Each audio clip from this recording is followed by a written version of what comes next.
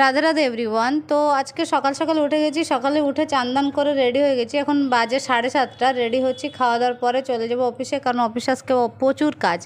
Marriage পার্টির জন্য আসবে 50 জন, বাকি 50 জন আসবে তোমার যারা ঘুরতে আসে ট্যুরিস্টের জন্য, তারা আসবে কেরালার থেকে। তো সেই জন্য সকালে চলে এসেছি। সকাল থেকে আমি টাইম পাইনি ভিডিও করার জন্য। এই ভিডিওটাও আমার একটা স্টাফ করে দিয়েছে। এই ভিডিওটা হচ্ছে 3টের সময়, দুপুরে খাওয়ার সময়। তো লাঞ্চে আছে জিরা রাইস আর ফিঙ্গার চিপস আর স্যালাড, ডালমা আর পাঁপড় আর পনির, মিক্সড পনির একটা তরকারি। তো যাই হোক, খাওয়া দাওয়ার পরে ভিডিও করার টাইম পাবো কি না জানি না, কারণ প্রচুর কাজ। আর মানে এত কাজ, মানে ফুরসতই নেই। 3টের সময় এসেছি খেতে। তো যাই হোক, চলো খাওয়া দাওয়া করে নিই। তো দেখো, খাওয়া দাওয়ার পরে আমি আর ভিডিও করতে পারিনি। এখন টাইম হয়ে গেছে, আমি অফিস থেকে রুমে যাব।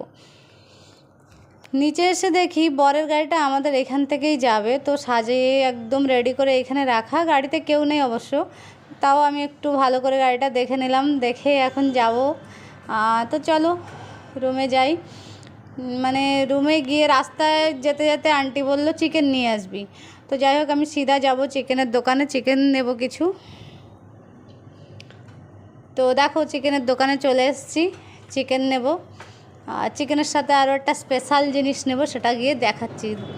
রুমে চলে এসেছি, চেঞ্জ করে নেব। চেঞ্জ করে মাংসটা ভালো করে ধুয়ে নিয়েছি, আর দুটো চারটে পা দিয়েছিল, সেটাও গরম জল দিয়ে পরিষ্কার করে ধুয়ে ম্যারিনেট করে রেখেছি। যেমন কি হলুদ, লবণ, লঙ্কা গুঁড়ি, হলুদ গুঁড়ি, জিরের গুঁড়ি, পেঁয়াজ রসুনের পেস্ট দিয়ে ম্যারিনেট করে রেখেছি।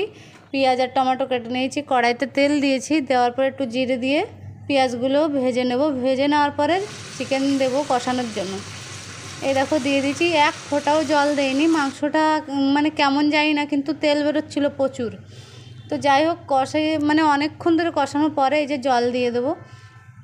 জল দিয়ে ভালো করে পরিমাণ মতো জল থাকা অবস্থায়, যেটুক দরকার সেইটুকু অবস্থায় নামিয়ে নেবো। এই যে তরকারি আমার শেষ, লাস্টে গরম মশলা দিয়ে দিয়েছিলাম। তারপরে রান্না করার পরে এই যে মিষ্টির জল, এগুলো সব জলে দিয়ে দিলাম। দেওয়ার পরে এই যে তরকারি ফাইনাল লুক নিয়ে বসে গেছি খাওয়ার জন্য। ভাত, দুপুরে অল্প একটু ডাল ছিল, সেই ডালটা আর চিকেনের তরকারি দিয়ে ভাত খাবো।